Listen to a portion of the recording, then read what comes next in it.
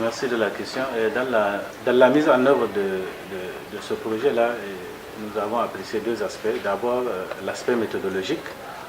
Il faut reconnaître que dans la mise en œuvre du projet, depuis son lancement en Éthiopie en 2015, donc le projet a adopté une approche participative au niveau du pays. Donc cette approche a permis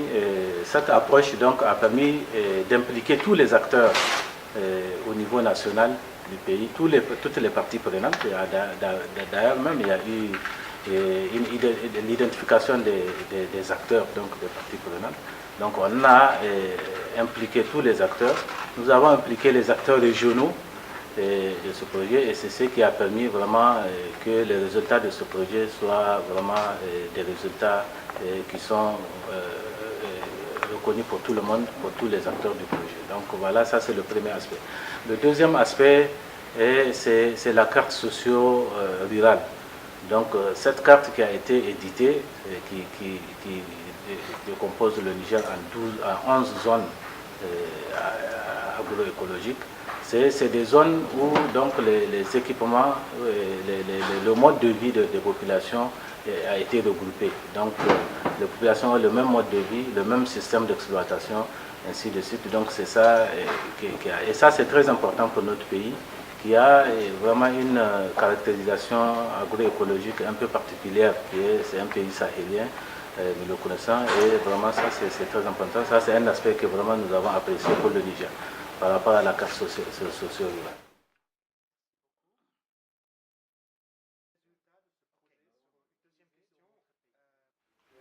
Bon, au Niger, comme vous le savez, nous avons une stratégie appelée stratégie pour la petite irrigation au Niger, SPIN.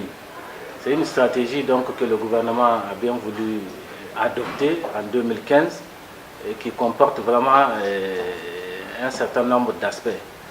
Dont les objectifs, donc, c'est d'harmoniser toutes les interventions des partenaires donc, sur ce sous-secteur-là, sur l'ensemble du pays, développer la petite irrigation familiale, donc permettre vraiment aux petits exploitants de gagner suffisamment dans la pratique de la petite irrigation et également de gérer aussi les ressources naturelles, que ce soit les terres et les eaux, vraiment de manière durable.